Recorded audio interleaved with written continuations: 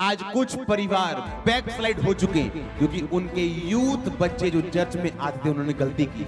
आज कुछ परिवार चर्च में बैठे हैं क्योंकि उनका यूथ बच्चा एक चर्च में आया था जो आज पास्टर बन चुका है। फर्क है दोनों में।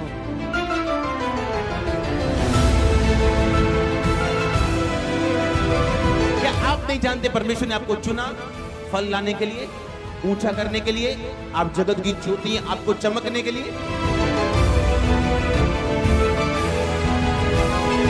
आप नहीं जानते आप भी हैं वो जो बड़े काम के लिए चुने गए हैं। एक्चुअल में आपका परिवार वो है जो परमेश्वर की महिमा को दिखाने के लिए चुना गया है।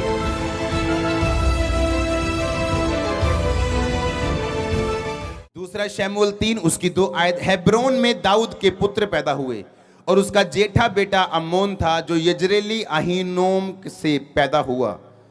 दूसरा किलाब था जिसकी मां करमेली नाबाल की स्त्री अबीगेल थी। तीसरा अबशालोम था जो गशूर के राजा तलमे की बेटी माका से पैदा हुआ था।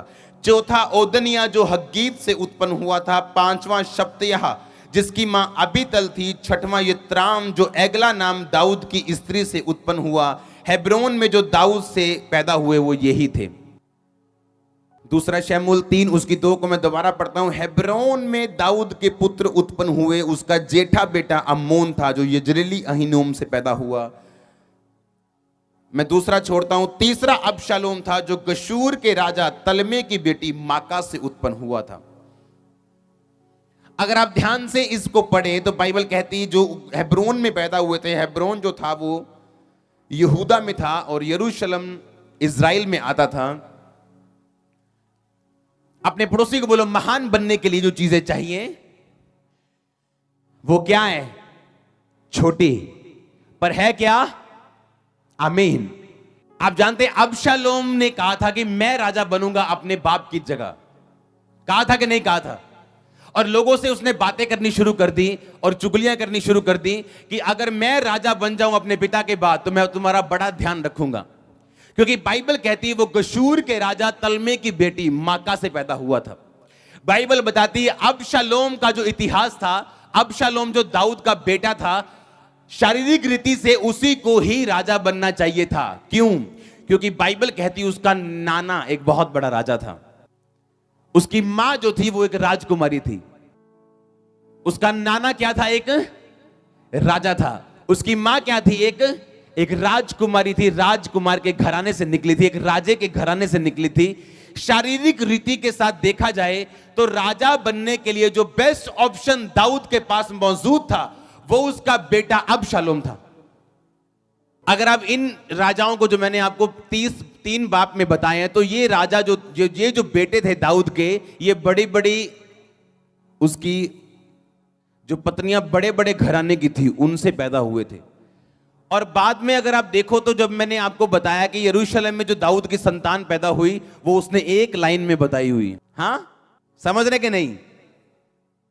जो मेन है उसने मां का नाम बताया, पिता का नाम बताया, नाना का नाम बताया, लेकिन जो आम से लोग हैं उन्होंने सीधा लाइन में गिन दिया। फलाना ढमकाना, सुलेमान, नतान, शब्बू, शम्मा, टीटू, चाचू, कुक्कू। हाँ, बाइबल कहती है कि परमेश्वर ने आपको जब चुना, आप क्या सोचते हो कि नहीं, परमेश्वर मेरी लाइफ में इतने बड़े काम कैसे कर सकता है? मैं एक आम घराने से हूं, मैं पढ़ा लिखा नहीं हूं, या मैं एक आम जाति से हूं।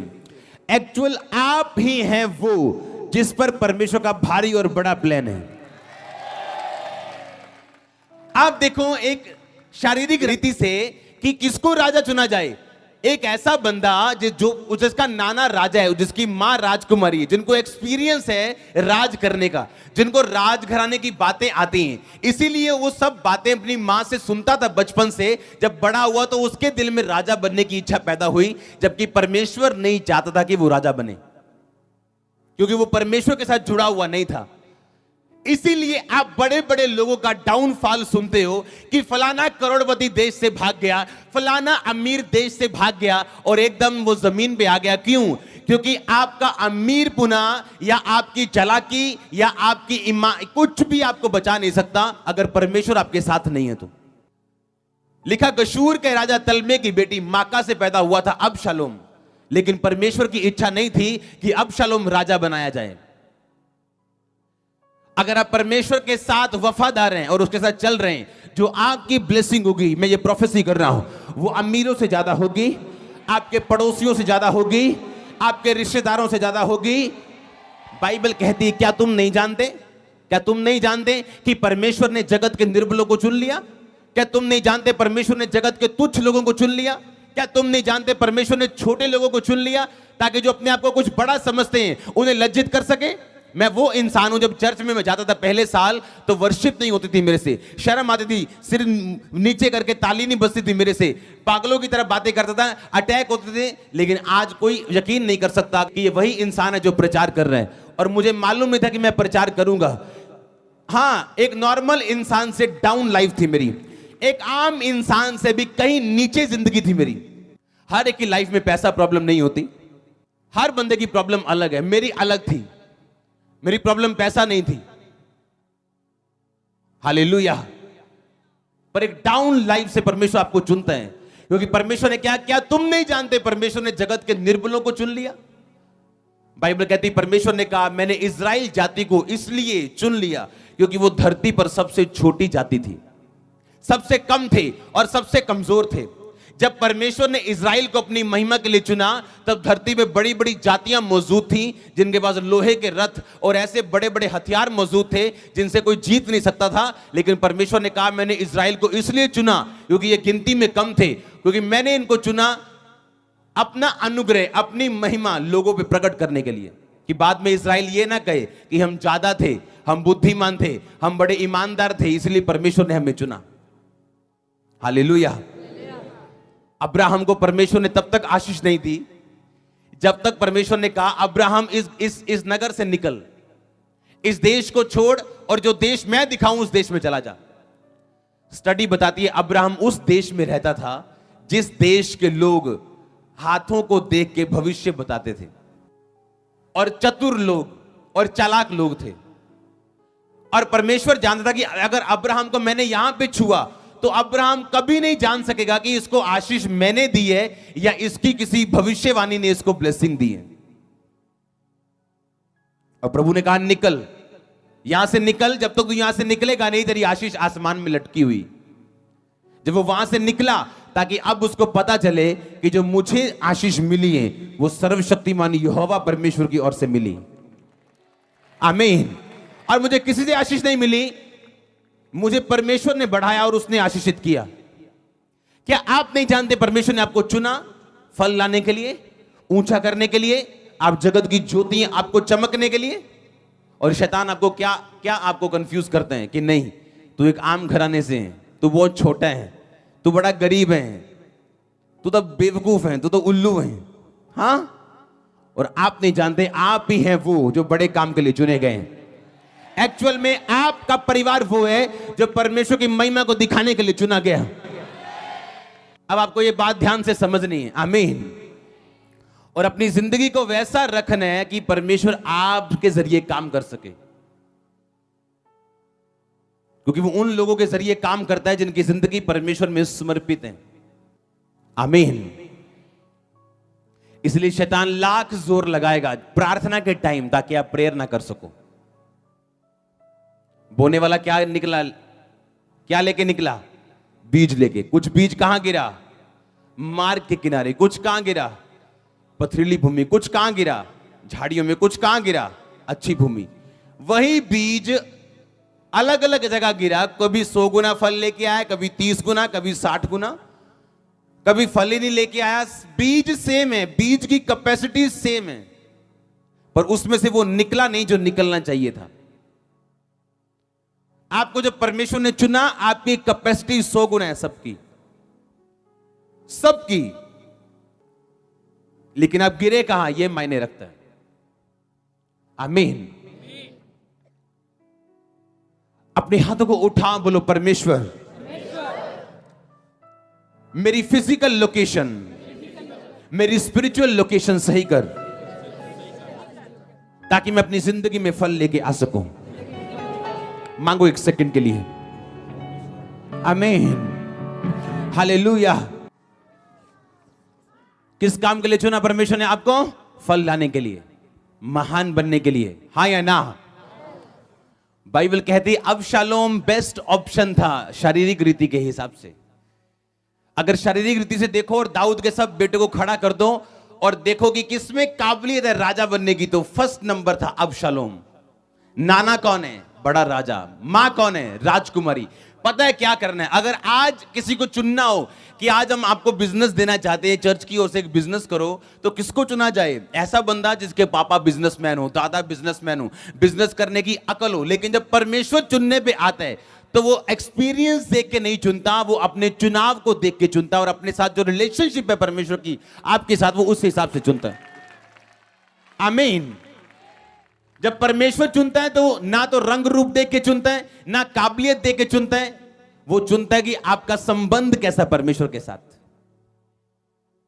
हालेलुया।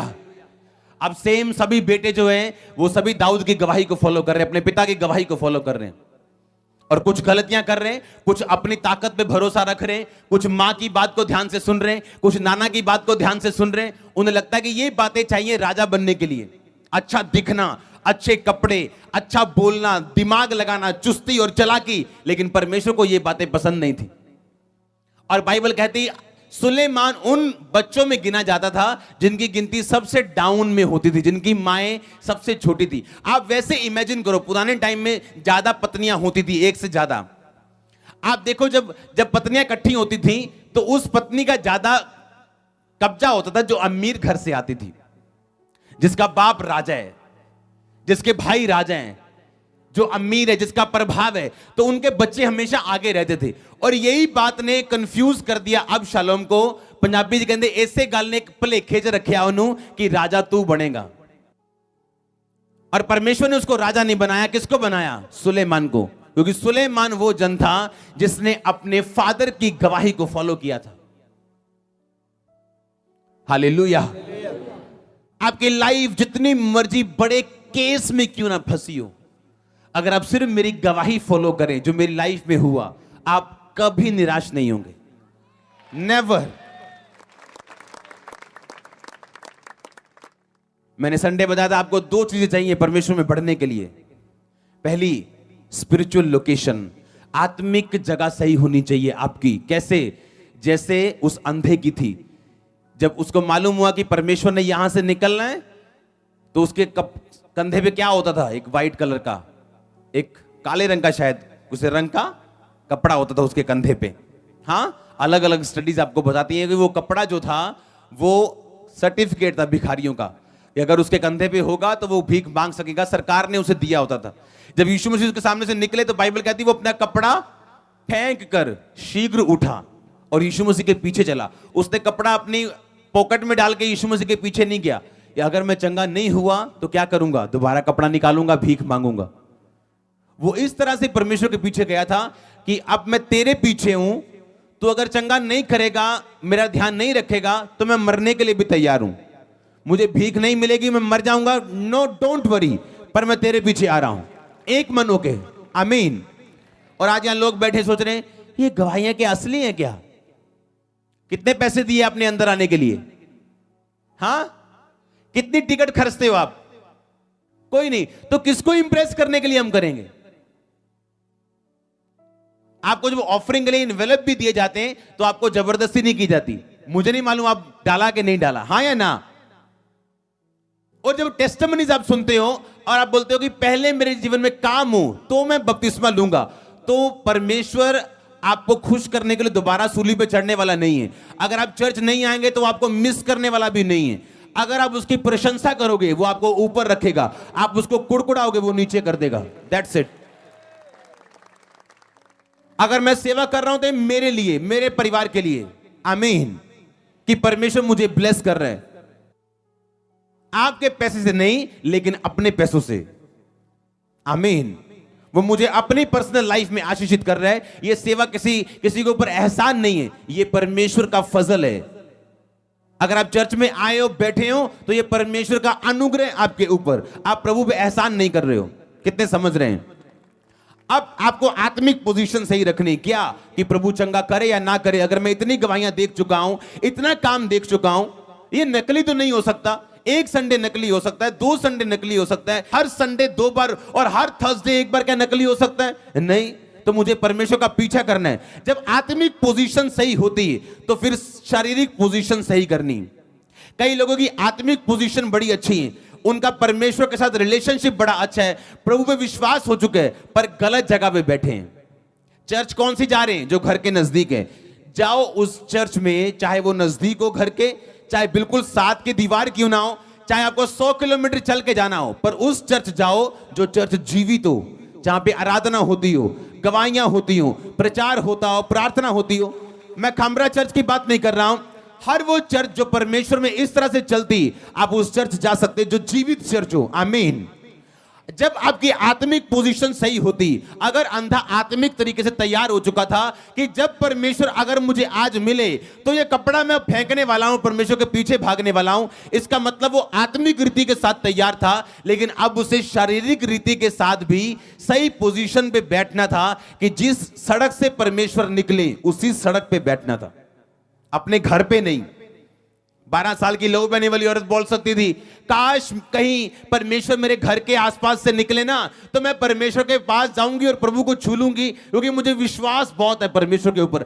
मैनू दसी भैन जे साडे इलाके च दोबारा बंदगी हुई ना, तो मैनू दसी मैं फिर बंदगी च जाऊंगी। मुझे बताना अगर पास्टर जी यहाँ आए ना, तो मुझे बताना अगर वो यूरोप में आए ना। नो, जिसने छूना है ना वो कनाडा से आके भी प्रभु को छू लेगा, जिसने लेना है वो यूरोप से आके भी ले लेगा, जिसने नहीं लेना वो साथ मोहल्ले में बैठ के भी नहीं ले सकता।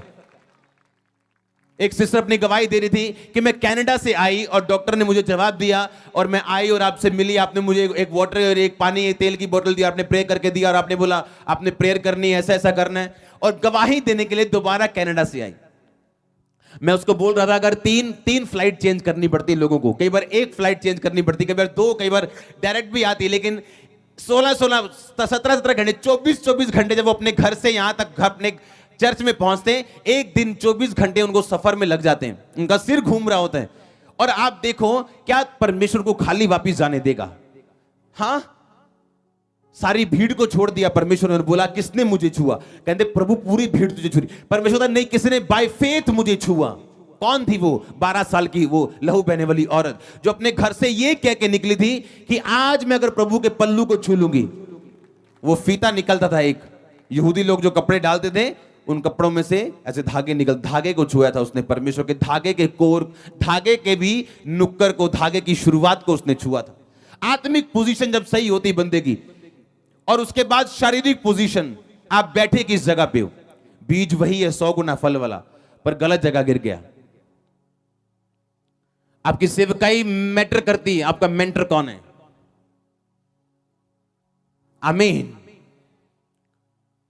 परमेश्वर ने पता क्या कहा? सबसे अधिक अगर कोई चीज मांगनी है तो क्या मांग? बुद्धि। कहता ये कुंदन से भी बढ़ के, सोने से भी बढ़ के, सबसे अधिक कहता अगर कोई चीज मांगनी है तो क्या मांग? क्या मांग?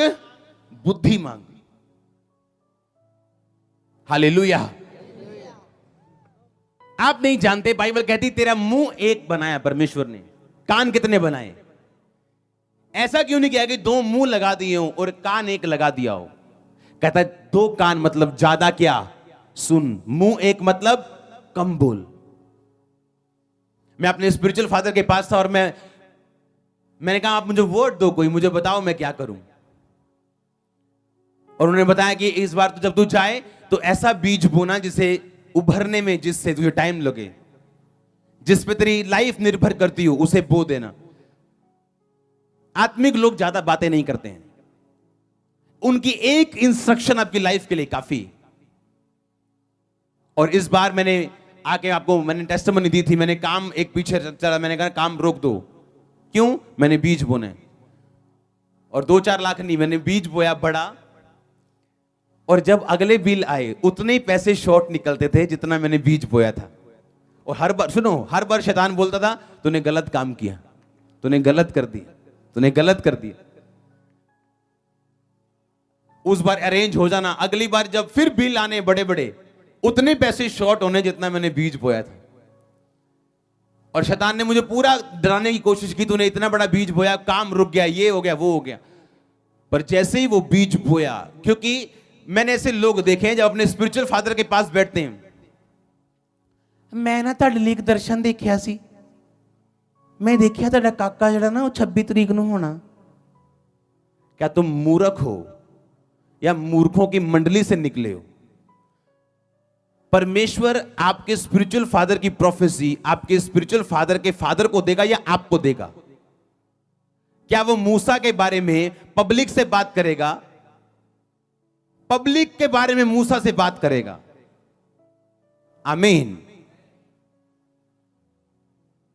और जब उसे मालूम हुआ कि जिस चीज के लिए वो बोल के गई थी प्रोफेसी करके, वो बेबी उस दिन नहीं हुआ, तो वो शर्मिंदा हुई उसके बाद। क्यों? क्योंकि जब आप अपनी हैसियत से बाहर पैर रखते हो, आप क्या होते हो? शर्मिंदा होते हो। और जब मैं अपने अगुओं के पास बैठता हूं तो मैं ऐसे नहीं बैठता हूं, मैं अपने मुंह को बंद रखता हूं और सुनने की कोशिश करता हूं। और मैंने ऐसे लोग देखे हैं जिनके बारे में परमेश्वर ने मुझे बताया बिग प्लान्स, बड़े प्लान्स, लेकिन वो प्लान अभी अधूरे हैं। क्यों? क्योंकि बोलने की आदत, ना सुनने की आदत। और ये स्पिरिट ऑफ प्राइड है, ये एक घमंड का आत्मा है जो आपकी सेवकाई और पर्सनल परिवार को अफेक्टेड रखता है हमेशा, खासकर पास्टर्स की लाइफ में। हालेलुया। जब एलीशा ने कहा कि जाओ एक नए प्याले में नमक लेके आओ और मैं इस पानी में डालूंगा, तो बाइबल कहती, लोग बोलते थे कि धरती तो बड़ी अच्छी है, ये भूमि तो बड़ी आशीषित है, सब कुछ अच्छा है, नगर तो मन भावना है, पर भूमि का पानी गर्भ गिराने वाला है। जो जमीन है वो बंजर है और भूमि का पानी गर्भ गिराने वाला है, तो क्या करें? एलीशा कहता है कि नए प्याले में नमक लेके आओ। क्या पुराने प्याले में नमक लेके आते तो परमेश्वर काम नहीं करता? हाँ, करता कि नहीं करता? पर ये इंस्ट्रक्शन थी, डेफिनेट इंस्ट्रक्शन, एक खास इंस्ट्रक्शन। आपको एग्जैक्ट परमेश्वर बताता है कि क्या करना है आपकी लाइफ में। अगर शारीरिक पोजीशन सही है, आप सही मिनिस्ट्री में हो, आप सही लोगों की संगति में हो, आपकी आत्मिक पोजीशन सही है कि आप चर्च आके ये नहीं सोच रहे हो, एहसान नहीं कर रहे हो परमेश्वर के ऊपर, उसके बाद आपको इंस्ट्रक्शंस मिलती हैं बढ़ने के लिए। इंस्ट्रक्शन परमेश्वर देते हैं, बीज बोना है, इंस्ट्रक्शन देते हैं, प्रेयर करनी है, फास्टिंग करनी है, ये वाला काम करना है। डेफिनेट एग्जैक्ट इंस्ट्रक्शन, साफ और सीधी सीधी जब आपको मिलती हैं, वो आपकी ब्लेसिंग के लिए। आमीन। मैं जानता था कि जब मेरे आत्मिक पिता मुझे बता रहे थे कि बीज बोना, वो अपने लिए नहीं बता रहे थे। उनको मालूम था मैं यहां से अब चला जाऊंगा, कितने समझ रहे हैं, पर उनको मालूम था कि ये हेवन खोलने वाला है। आप डेफिनेट इंस्ट्रक्शंस जब आपको चर्च से मिलती, एग्जैक्ट इंस्ट्रक्शन। हालेलुया। एक संडे हम टेस्टिमनी सुन रहे हैं। क्या टेस्टिमनी है जी? एक बहन ने घर लिया 30 लाख का। कहां से आए जी आप? हम यूपी से आए हैं जी। अच्छा जी। दूसरी टेस्टिमनी, घर लिया जी। अच्छा, कहां से आए जी? हम बिहार से आए हैं जी। तीसरी टेस्टिमनी, कहां से आए जी? हम छत्तीसगढ़ से आए हैं जी। मैंने कहा ये सब परदेसी टेस्टिमनीज दे रहे अपने घर की, ये पंजाबी कहां सो गए हमारे? क्योंकि पंजाबी सोचते ज्यादा हैं, पता नहीं 1000 रुपया कितने जाना। हां, उन्हें ये नहीं मालूम, सोचते ज्यादा हैं वो। और आप परदेसी को बताओ, अच्छा ये करना है चर्च के लिए, हां जी ठीक है जी, उसको ये भी नहीं मालूम लेना क्या है, कि 24 आवर कौन सा टीवी करना है, चैनल क्या करना है, उसको कुछ नहीं पता। उसको इतना पता है पास्टर ने बोला है। और उन्हीं लोगों को परमेश्वर उठा उठा के खड़ा कर रहा है। समझदार कौवा कहां गिरता है? गोबर पे। हां, इतने समझदार ना हो कि गोबर पे गिरो। इसलिए परमेश्वर ने कहा बच्चों की नाई मेरे राज्य में प्रवेश करो। अगर आप बच्चों को ये बोल दोगे ना कि ये जो है ये साउंड है और ये टेंट है, वो कहेगा ठीक है जी। किसी को साउंड बोलेगा और इसको टेंट बोलेगा। हां, परमेश्वर ने कहा बच्चों की नाई मेरे राज्य में प्रवेश कर। आपकी लोकेशन, फिजिकल, स्पिरिचुअल, आपकी इंस्ट्रक्शन जो एक मैन ऑफ गॉड आपको दे, होली स्पिरिट आपको दे, या बाइबल पढ़ते आपको मिले, जब आप उसे फॉलो करते हैं, आप कभी भी सेम नहीं रहते। घराना सेम नहीं रहता, बच्चे सेम नहीं रहते। पता नहीं कौन सी ब्लेसिंग के लिए परमेश्वर आपको कभी बीज बोने के लिए, प्रेयर के लिए या फास्टिंग के लिए बोलते हैं। किस आपके संतान आपके कौन से बच्चे के ऊपर वो बीज जाने वाला, वो प्रेयर जाने वाली, आपको नहीं पता। हालेलुया। परमेश्वर निर्बलों को चुनते हैं, इसलिए उसने सुलेमान को चुना, इसलिए उन्हें अबशालोम को उसने छोड़ दिया। आपका पास्ट कैसा भी क्यों ना हो, आपकी बैकग्राउंड कैसी भी क्यों ना हो, वो मूर्खों को चुन लेते हैं और आप चुने गए हैं। एक ही चीज जो परमेश्वर को चाहिए आपसे, वो पवित्रता ही है और परमेश्वर के साथ आपका संबंध और नाता।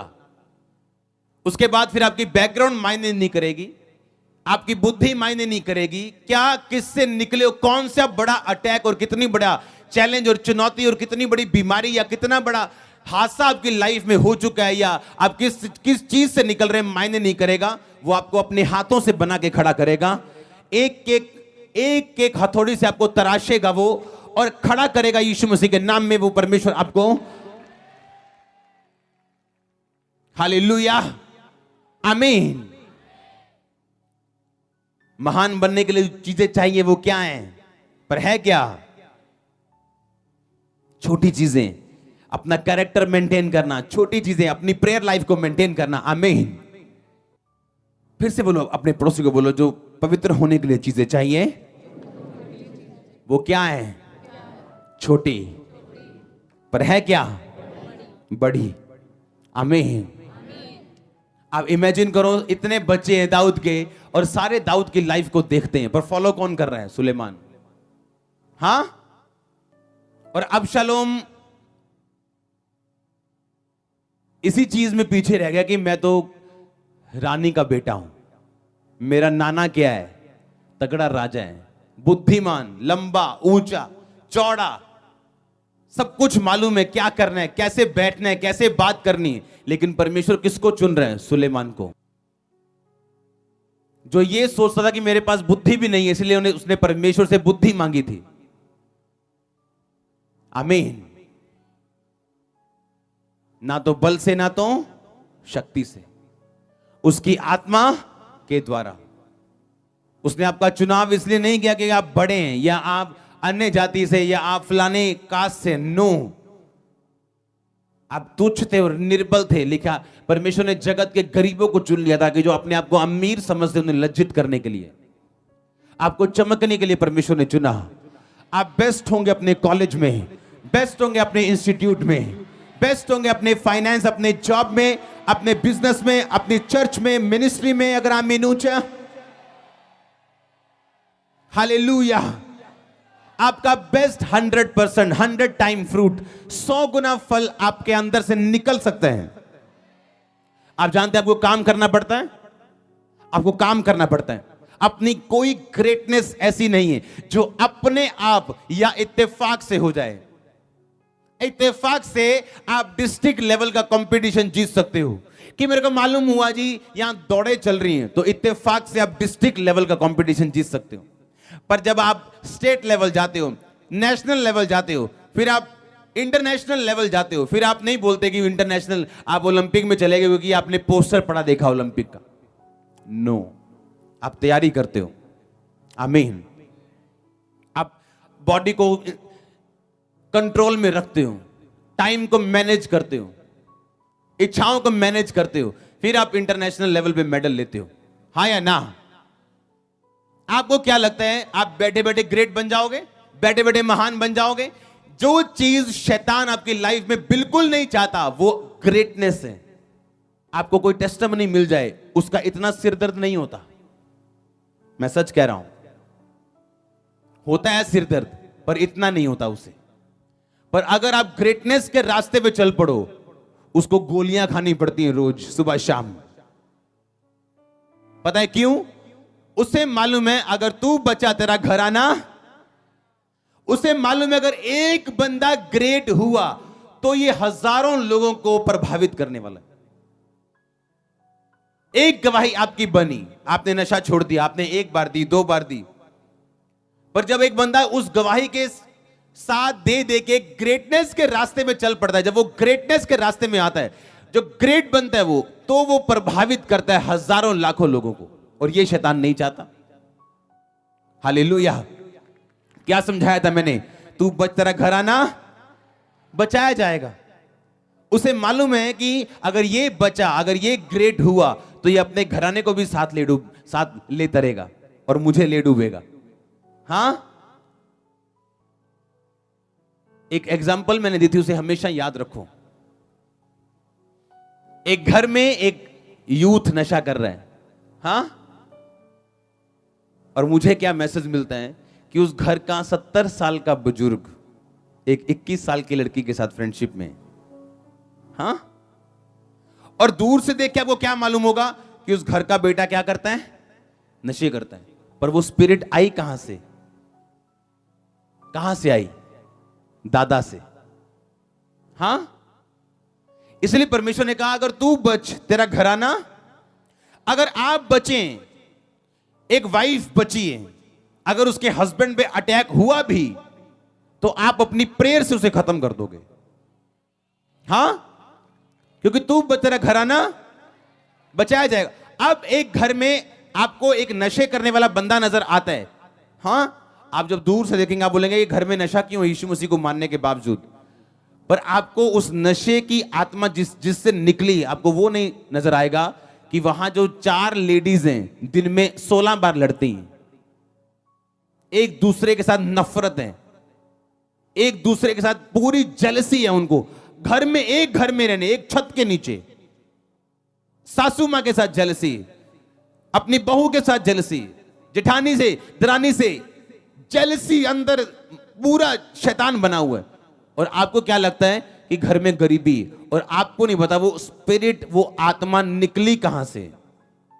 अगर एक औरत संभल जाए और ये बोले कि मेरी कमियां मैं दूर करूं, मैं बचूं, मेरा घराना, और जब मैं बचूंगी, आपके हस्बैंड को बचना पड़ेगा, आपके भाई को बचना पड़ेगा, आपके फादर को बचना पड़ेगा, आपके बच्चों को बचना पड़ेगा। नो ऑप्शन, कोई ऑप्शन उनके पास मौजूद नहीं है सिवाय बचने के। कोई ऑप्शन नहीं है उनके पास, क्योंकि आप क्या हो चुके हैं? बच चुके हैं। पर आज एक 70 साल का बंदा अपनी गर्लफ्रेंड रखता है और आके परमेश्वर के दास उसके नबी को पूछता है, बोलता है प्रेयर करना मेरे घर के लिए। और पास्टर सोचता है क्यों इसके घर में काम नहीं हो रहा। लोग धोखा देते हैं आपको सेवा में, चोरी करके आएंगे और आपसे ले हैंड करवाएंगे और बोलेंगे मैं 10 साल से ठीक नहीं हूं। और आप बोलेंगे क्रिश्चियन होकर 10 साल से तू ठीक नहीं है यार, ये क्यों? और आप परमेश्वर की ओर देखे जाएंगे, परमेश्वर तो बड़ा कसूर है ना, परमेश्वर पता नहीं किन्ना का गलत है, पता नहीं। हां, प्रभु का कसूर निकालें और शक करेंगे आप कि क्या परमेश्वर हील क्यों नहीं करता कई लोगों को। पर आपको मालूम नहीं, चर्च में एंटर करना, मैंने लम्बे पैजाना बंदे ने, पापा जी पापा जी पापा जी, और थोड़े दिन बाद चर्च में चोरी हुई, किसने की? उसी ने की। और हमेशा प्रेयर रिक्वेस्ट लेके आता था, मेरी वाइफ बड़ा बीमार रहती, हर वीरवार नू, हर शनिवार नू ना इत्थे अटैक हुंदा। पास्टर को लोग धोखा देते हैं, पास्टर्स को। लेकिन जब प्रभु आपकी आंखें खोलते हैं, आप फिर धोखा नहीं खाते हैं। आमीन। आप उसको वचन देते हो, तू बच, तेरा घराना। अगर तू चोरी छोड़ता और तू प्रेयर में जाता, तेरी वाइफ की हीलिंग के अलावा कोई रास्ता नहीं बचा, और तेरे घर के उद्धार के अलावा कोई रास्ता है ही नहीं है, कोई एस्केप नहीं है, कोई नुक्कड़, कोई गली, कोई दरवाजा नहीं है बचने का। भाई बचना पड़ेगा, आपकी फैमिली को आना पड़ेगा, मसीह में आना पड़ेगा, नशों से बाहर आना पड़ेगा, गरीबी से बाहर। आज आप शक करते जब एक ठेकेदार बोलता है कि मेरा काम नहीं चलता, 15 साल से मैं चर्च भी जा रहा हूं, उसको एक ठेका देके देखो, 15 झूठ बोलेगा वो आपसे, आप चाहे जितने मर्जी पास्टर प्रेरित क्यों नहीं है, और आप समझ जाएंगे तेरा 15 साल से काम क्यों नहीं चलता। अब मैं समझ गया हूं, तेरे को प्रेयर की जरूरत नहीं है, तेरे को तौबा की जरूरत है। आमीन। तू बच, तेरा घराना, तू बच, तेरी सेवकाई, एक सेवा बड़ी और एक छोटी, क्यों? क्योंकि वो एक मैन ऑफ गॉड के ऊपर डिपेंड करता है, वो कैसे सेवा करता है, उसने कितनी बात सुनी है परमेश्वर की, कितना टाइम वो प्रभु के साथ बिताते हैं और परमेश्वर की कितनी आज्ञाकारिता में। हालेलुया। परमेश्वर पर निर्भर नहीं करता आपने कैसे लिया प्रभु के वचन को। बोने वाला बीज बोने के लिए निकला, बीज में वही 100 गुना फल है, लेकिन आप गिरे कहां? पथरीली भूमि पे गिरे। कहां होती आपको पता है? सड़क के किनारे कैसे गिरते हैं आप? हाँ, सड़क पे नहीं, सड़क के, क्योंकि खेत और सड़क के बीच में एक जगह होती है मिट्टी वाली। हाँ, आप वहां गिरते हैं। ना धोबी का कुत्ता, ना घर का, ना घाट का, ना चर्च के तो ना संसार के। संसार गए तो चर्च आई तो जय मसीह की, बाहर गए तो कुछ और, तीसरे रिश्तेदार चले तो कुछ और। आप कौन से बीज हो? जो सड़क के किनारे गिरे, ना तो इधर के हो ना तो उधर के हो। और लिखा शैतान आपको झुकता है। जो डबल माइंडेड लोग हैं, लिखा समुद्र की छल के जैसे। समुद्र की छल आती थी 20,000 साल, करोड़ों साल पहले भी आती थी, टकराती थी, चली जाती थी, आज भी ऐसे ही करती, कोई काम नहीं हुआ। आज भी आती है और चली जाती है। क्या कहा परमेश्वर ने? कि दो चित्ते लोग समुद्र की छल के जैसे। वही काम हो रहा है पर वो कुछ नहीं रहा। काम बहुत हो रहा है, भागम भगाई बड़ी हो रही है चर्च में, अंदर बाहर, लेकिन काम कुछ नहीं हो रहा। तू बच, तेरा घराना बचाया जाएगा। अगर मुझे यह मालूम है कि अब मैं तौबा में आ गया हूं, मैं प्रेयर में आ गया हूं, पवित्रता में आ गया हूं, अब मुझे क्या करना है? अब मुझे नहीं परवाह किसी की, मुझे सिर्फ प्रभु में चलना है। अब सब बातें मेरे पीछे आएगी, मेरे परिवार की साल्वेशन मेरे पीछे आएगी, मेरी बरकत पीछे आएगी, मेरी आशीष पीछे आएगी। तू मेरे धर्म और राज्य की खोज कर, दुनिया की सब वस्तुएं तेरे पीछे पड़ के तुम्हें मिलेंगी। आपकी 90% प्रेयर रिक्वेस्ट गलत हैं। आपकी 90% प्रेयर्स तौबा ना करने के कारण आपकी लाइफ में है। कुछ लोगों अगर तौबा कर ले अपनी लाइफ में पूरी तरह से, 90% प्रेयर रिक्वेस्ट खत्म हो जाएंगी, 10% रह जाएंगी। चाहे वो 4 घंटे प्रेयर में क्यों ना बैठे, लेकिन करेंगे उसी 10% में से। हालेलुया। आपको धोखा देते लोग आएंगे, पापा मेरे पापा के लिए प्रेयर करो, पापा जी मैंने बहुत रोक दे, मैंने बहुत तंग कर दें। और खुद का बॉयफ्रेंड आपको कभी नहीं बताएंगी, और खुद की गर्लफ्रेंड आपको कभी नहीं बताएगा। यूथ ये नहीं कहेगा मुझे, मैं सुधरना चाहता हूं, मेरे पे हाथ रखो, आज मैं छोड़ के जाऊंगा अपनी गलती को और माफ परमेश्वर से मुझे करवा दो, आज के बाद कभी गलती नहीं करूंगा। आप देखो ऐसा चल के 1 साल, 2 साल, 3 साल, 4 साल आपका फादर चर्च में आपसे आगे बैठा होगा,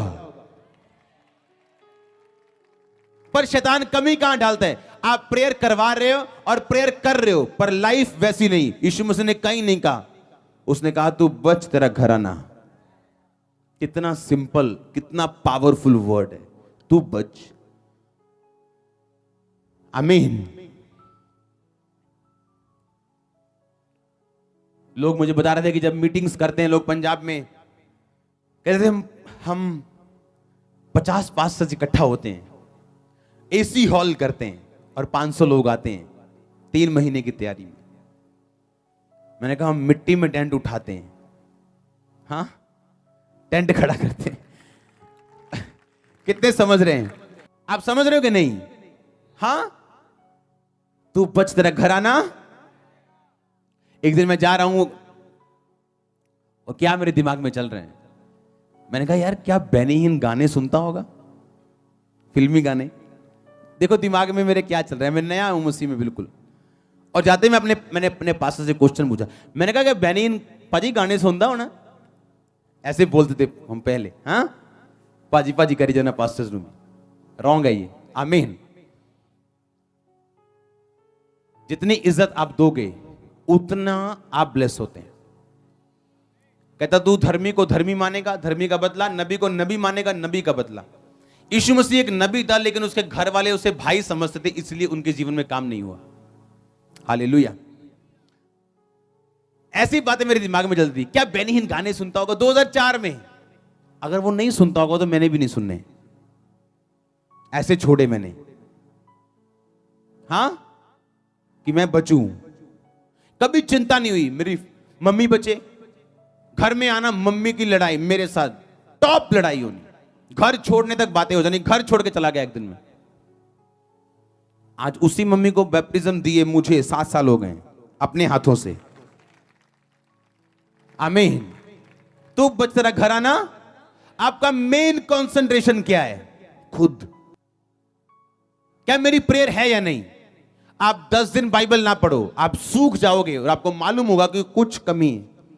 पैसा है, आशीष है, बरकत है, लेकिन कुछ कमी क्या है, ये बेचैनी क्या है जो मेरी आत्मा के अंदर है, आप कभी फाइंड नहीं कर पाओगे। प्रेयर से भी कई बार वो मिटेगी नहीं जब तक आप बाइबल नहीं पढ़ोगे। आप जैसे ही बाइबल पढ़ोगे, आपकी सिचुएशन वही है, चैलेंज वही खड़ा है, पर आपका दिल शांत हो गया क्योंकि आपकी आत्मा को खाना मिल चुका है। हाँ, आपने अपने आपको ट्रेंड करना शुरू कर दिया कि मैं वचन में जीऊंगा, मेरे आसपास क्या होता है कोई मायने नहीं करता। डैनियल कहता मैं ये खाना नहीं खाऊंगा जो बाइबल में मना है। क्या ये बड़ी बात है? हाँ, खाना बहुत बड़ी बात है। क्या है? छोटी, कि मैं ये खाना नहीं खाऊंगा, क्यों? बाइबल में मना है। जो महान बनाती वो क्या चीजें हैं? छोटी। और उस देश का वो प्रधानमंत्री था, उस प्रधानमंत्री का पहला स्टेप क्या था? वो खाना मना किया राजे को जो बाइबल में मना था। मैं हैरान होता हूं लोगों की लाइफ देख के जो पर्दे के पीछे हैं, जब चर्च से वो निकलते हैं, उनकी लाइफ देखो, हैरान हो गया आप बोलोगे क्या तुम सचमुच वचन सुन के आया कि तेरे कान बंद थे? क्या सुना आज तुमने? ऐसे लोगों से दूर हो जाओ जो गेम्स खेलते हैं अपनी लाइफ के साथ और आपको भी वीडियो गेमर बनाना चाहते हैं। अगर आप ग्रेट ना हुए, आपका घराना भी ग्रेट नहीं होगा। अगर आप ना चमके तो वो भी अंधेरे में रहेंगे। आज कुछ परिवार बैकस्लाइड हो चुके हैं क्योंकि उनके यूथ बच्चे जो चर्च में आते थे उन्होंने गलती की। आज कुछ परिवार चर्च में बैठे हैं क्योंकि उनका यूथ बच्चा एक चर्च में आया था जो आज पास्टर बन चुका है। फर्क है दोनों में। आमीन। आज परिवार बचाए जा चुके लोगों के, क्यों? क्योंकि वो यूथ जब एंटर किया तो सीरियस यूथ था कि नहीं, मुझे बचना है, नशा छोड़ना है, पाप से निकलना है, मैं बचूंगा तो मेरा घराना बचाया जाएगा। तू बच, तेरा घराना। अब आप जब लाइफ किसी को देखोगे तो आप इस तरह से देखोगे कि भाई डोंट वरी, अगर तेरे घर में ये दिक्कत है तो प्रॉब्लम तेरा घर नहीं, प्रॉब्लम कौन है? तू खुद। अगर तू खुद सुधरा, प्रेयर में गया, फास्टिंग में गया, अपनी लाइफ को सुधारा, कोई ऑप्शन नहीं है। मैंने कहा चुनाव नहीं है आपके परिवार के पास बचने के अलावा, चुनाव नहीं है ब्लेस होने के अलावा। कोई करोड़ों में एक होगा जो ना करेगा और नरक में चला जाएगा, पर आपका परिवार बचाया जाएगा क्योंकि आपकी ये प्रेयर होगी कि प्रभु तूने कहा तू बच, तेरा घराना बचाया जाएगा। सबसे अधिक अपने मन की रक्षा कर, अपने अकाउंट की रक्षा, अपनी सेवकाई की रक्षा, अपने शरीर की नहीं, सबसे अधिक अपने मन की रक्षा कर, क्योंकि जीवन का मूल स्रोत तेरा क्या है? मन है। आमीन। सबसे अधिक अपने मन की रक्षा कर। आपने कैच कर लिया अगर इस चीज को, लाइफ स्टार्ट हो जाएगी आपकी। आप फिर ये देखेंगे कि मेरी प्रेयर हुई कि नहीं हुई। ऐसी औरतें हैं, घर में पति कदम रखेगा, उसका मुंह सूंघेगी, दारू भी क्या है, चलो जी फाइट शुरू। खुद देखा कभी सारा दिन जब पति घर में नहीं था कितने घंटे घुटने लगाए?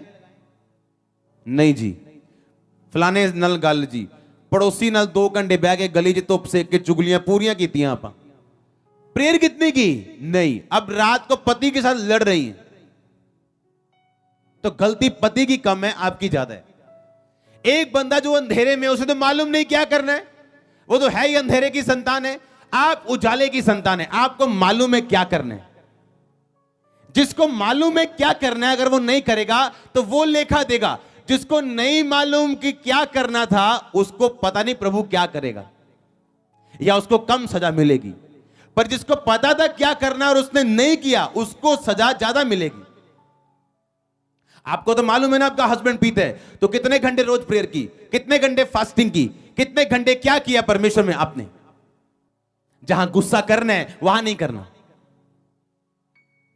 लड़की आंखों के सामने बिगड़ जाए, वहां गुस्सा नहीं करना, बोलना है कोई गल नहीं, जवान है। हाँ, बेटा आंखों के सामने बिगड़ जाए, उस पर गुस्सा नहीं करना। गुस्सा किस पे करना है? पति के ऊपर जो पी के आया है। पाप नहीं रोकना है, अपनी एनर्जी गलत जगह लगाई जानी है। आपके अंदर एक धार्मिक गुस्सा होना चाहिए पाप के लिए। हां, आपको रिजेक्ट करना है कुछ आत्माओं को, कुछ चीजों को अपने बच्चों से, ताकि जब वो बड़े हों आपका नासूर ना बने, वो जख्म तभी ठीक हो जाए। पहले सुधारना नहीं, बाद में जब मैरिजेस में दिक्कत ही दिक्कत आए, फिर प्रेयर करवाने पास्टर का दिमाग खाना, और पास्टर भी सोचता है पता नहीं क्यों उनकी मैरिड लाइफ क्यों नहीं सेट होती। क्योंकि जो आपने जवानी में बोया अब आपने काटना भी तो है कि नहीं। तो क्यों ना तौबा की जाए और परमेश्वर में बढ़ा जाए, ताकि आप सही रास्ते पे सही जगह पे ही गिरे और 100 गुना फल लेके आए। इसलिए मैंने कहा यह चर्च सीरियस लोगों के लिए, जो सीरियस माइंड के साथ आए, जो लाइफ चेंज करवाना चाहते हैं, अक चुके हैं पुरानी जिंदगी से, ग्रेस रिसीव करो नई लाइफ में एंटर करने के लिए। तू बच तेरा घर आना। इमेजिन करो आप जब उस घर में एंटर करोगे, बोलोगे ये भाई नशे क्यों करते हैं, आपको ये नहीं पता उसका दादा कितनी बड़ी प्रॉब्लम है। आप जब एक घर में, आपको नहीं पता कि ये क्या प्रॉब्लम है। अगर एक घर में हस्बैंड वाइफ, हाँ वो प्रेयर में नहीं, अपने बच्चों की लाइफ में रिजल्ट कैसे देख सकते हो? कैसे देखेंगे रिजल्ट? आप खुद प्रेयर में नहीं हो, खुद अंधेरे में हो। एक दारू पीने वाला बाप बच्चे को जितना मर्जी समझाए, बेटा पीनी नहीं, हाँ जी डैडी, वो भी पिएगा पीछे। हाँ, लेकिन जो आप एग्जाम्पल देके समझाओगे कि बेटा पीनी नहीं, क्योंकि आप भी नहीं पीते, आपका बेटा फॉलो करेगा। दुनिया वो नहीं देखती जो आप कह रहे हो, जो आप कर रहे हो वो उसे फॉलो करती है। बड़े बड़े प्रीचर बैठे हैं, बड़ी बड़ी गहरी बातें करने वाले, पर दुनिया फॉलो नहीं करती उन्हें। क्यों? उन्हें मालूम है जो ये कहते हैं वो फॉलो नहीं करते। पर जब लोग आपको वो करता देखते जो आप बोल रहे हो, वो फॉलो करते हैं आपको और परमेश्वर को। आमीन। अब आपको समझ आई जिम्मेवारी किसकी है? आपकी। हालेलुया। फिर आप समझ जाते हो कि ये अगर शैतान पी के आ रहा है एक बंदा और शैतान उस पर कब्जा कर रहा है, आप फिर लड़ते नहीं हो। आप क्या करते हो? आप प्रेयर करते हो। आपको मालूम है एक दिन होगा, काम होगा, हाँ या ना? आपको पता है एक दिन ये आने वाला है। आमीन। तू बच, तेरा घर आना बचाया जाएगा। परमेश्वर आपको आशीषित करे, फायर से भरे, होली गोस्ट फायर आपका हिस्सा हो। आपके हाथों पे होली गोस्ट फायर उतरे, कपड़ों पे उतरे, पांव पे उतरे, टांगों पे उतरे। जब अब यहां से जाएं तो फायर से जाएं। आमीन। जितना लंबा और ऊंचा ब्लेसिंग उतनी लंबी और ऊंची।